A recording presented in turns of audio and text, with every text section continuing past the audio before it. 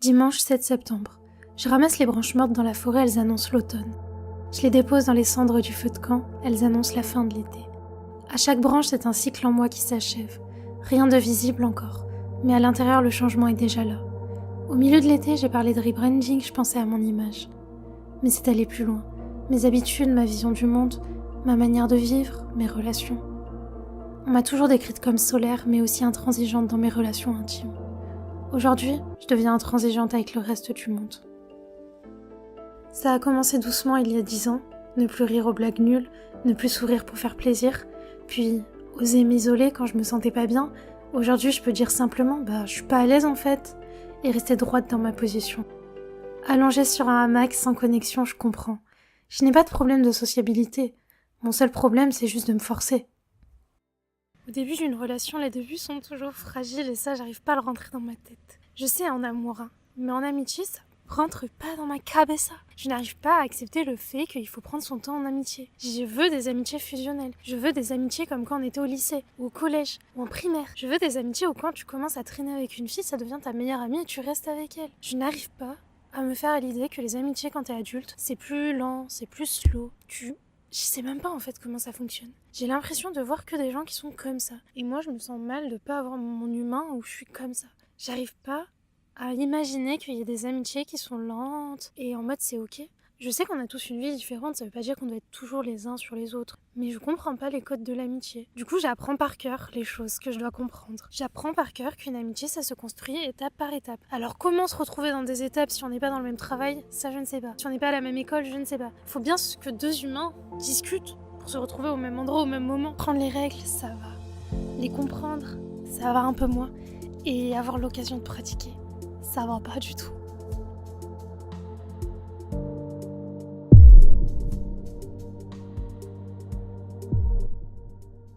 Je sens la fin d'un cycle.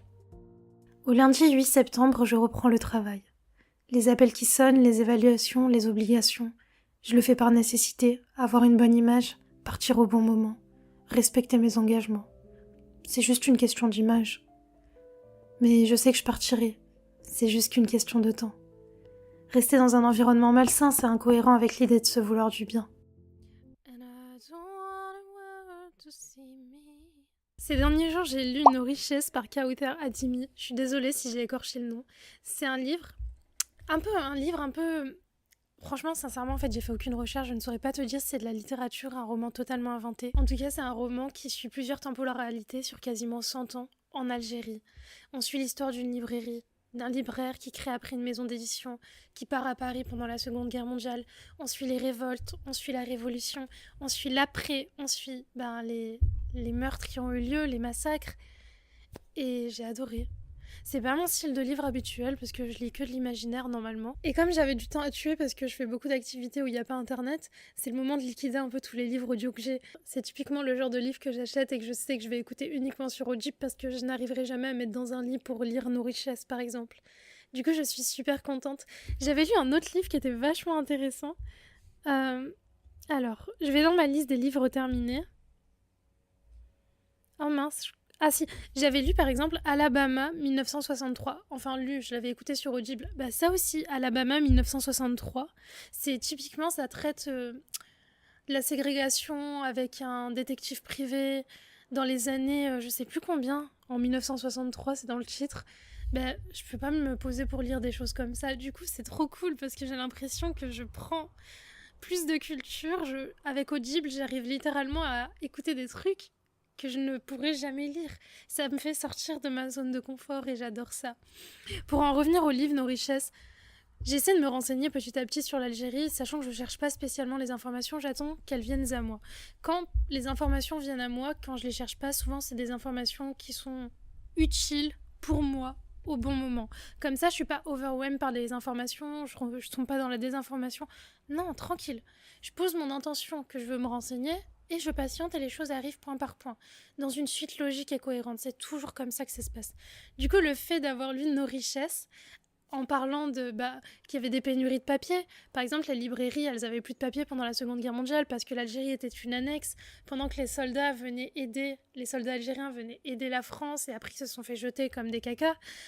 tout ça, je le savais, mais de le lire d'un autre point de vue, un peu plus littéraire, un peu plus romancé, ouais, j'ai bien aimé.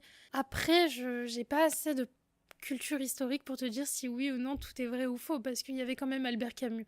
Il me semble qu'Albert Camus a passé énormément de temps en Algérie, ça oui, mais je ne sais pas.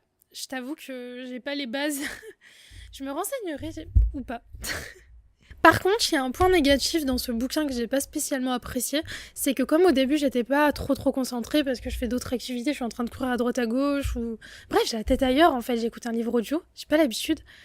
On dirait que je commençais un livre en fantasy. J'ai raté je crois 10-15 minutes parce que j'avais la tête qui partait et je n'ai pas capté les temporalités, les changements de personnages. J'ai pas capté les nuances. Ça veut dire que je savais qu'il y avait un vieux avec une barbe, mais après le vieux avec une barbe, je sais pas trop ce qu'il est devenu. On l'a revu après, mais quel était le lien avec la nouvelle personne? Il y avait la librairie qui devait être rachetée, mais est-ce qu'elle a été rachetée ou pas? Par qui? J'ai pas trop suivi tout ça, donc ça c'est entièrement ma faute. Si tu veux écouter ce livre, incroyable, c'est 2 heures en plus, il est vraiment pas très long, c'est super, mais fais attention s'il te plaît. Concentre-toi bien pour les temporalités au début, ne fais pas l'erreur que j'ai faite. Alors je pense à l'énergie que j'y mets comme à de l'argent glissé dans une tirelire. Un jour je la retrouverai ailleurs sans effort supplémentaire, parce que ça s'est déjà produit. Mes emplois précaires d'hier ont financé mes rêves d'aujourd'hui.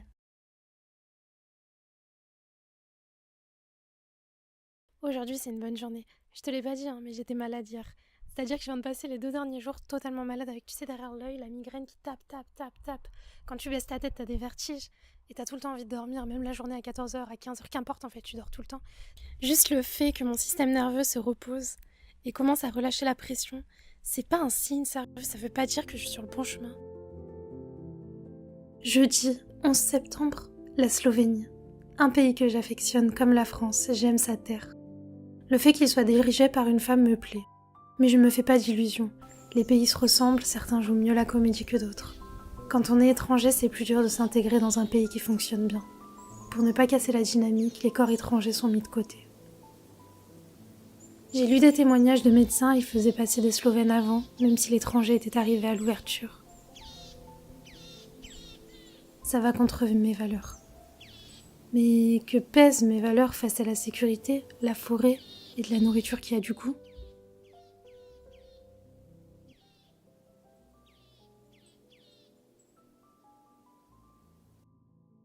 Bah écoute, tout compte fait, j'ai décidé de rester. Ça va faire bientôt 1 mois que je suis là et je suis comme à la maison. Quand j'ai envie de filmer, je viens dans la forêt. Quand j'ai envie de travailler, je travaille. Quand j'ai envie de dormir, je dors. Des fois, je dors jusqu'à midi. J'aime ma vie, je kiffe ma vie et j'ai envie de rester ici toute ma vie en fait. Le premier voisin est à 1 km, ce qui veut dire que énergétiquement, il n'y a personne qui rentre dans mon... Tu vois, quand je suis toute seule, je suis toute seule. Je sens pas les gens autour de moi, je suis juste toute seule. Et c'est incroyable parce que je peux dormir. Ça fait je ne sais pas combien de mois que j'ai pas aussi bien dormi que depuis que je suis là. Ça va me manquer. Même où j'habite, il n'y a pas énormément de personnes, mais ça va me manquer. I love my life here and I want to stay here forever. Ok, on va faire un petit point sur le travail. Déjà, j'ai pas quitté mon travail.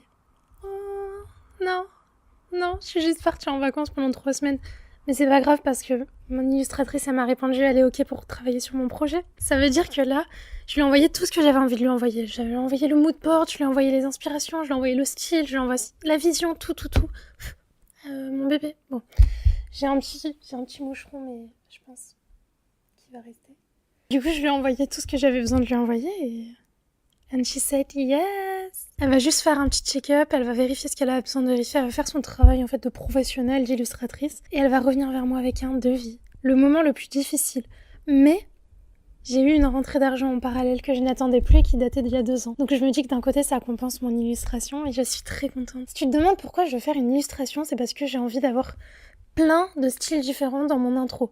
Pourquoi avoir une introduction? Parce que je trouve ça important pour moi. Quand je te fais des vidéos, je veux qu'elles soient de qualité, je veux qu'il y ait une introduction, je veux que ce soit bien. Je pourrais utiliser l'IA, mais c'est contre mes valeurs. Je considère qu'il faut payer les gens pour un travail qu'on ne peut pas faire soi-même. Alors je vais la payer, et c'est la vie. Mon illustration, elle va être incroyable. Mon style va être incroyable. Mon introduction va être 100% moi et personne n'aura la même que moi. Tu sais, si tu veux un truc et que t'es pas capable de le faire, t'as 2 choix. Soit tu te casses la tête vraiment à essayer de le faire, C'est toujours la première option, il faut toujours commencer par le faire soi-même. Mais si tu vois que ça te fait des nœuds dans la tête, ça te fait des migraines, délègue à quelqu'un. Parce que les gens ont des factures à payer. Tu essaies de trouver la bonne personne, au pire t'échelonnes tes paiements, ok, pas de souci. Mais délègue, c'est... Tu sais, dans la vie, on n'est pas capable de tout faire tout seul et des fois, il faut juste savoir demander de l'aide. Et quand tu peux pas demander de l'aide gratuitement, tu payes. Même si tu dois te priver sur certains trucs, même si tu dois travailler un peu plus. Des fois, sincèrement, autant aller faire vivre quelqu'un d'autre en lui donnant de l'argent, plutôt qu'en se faisant des nœuds dans la tête et en ne faisant pas ce que tu dois faire. Tout est payant dans la vie. Et si c'est gratuit, c'est que c'est toi le produit.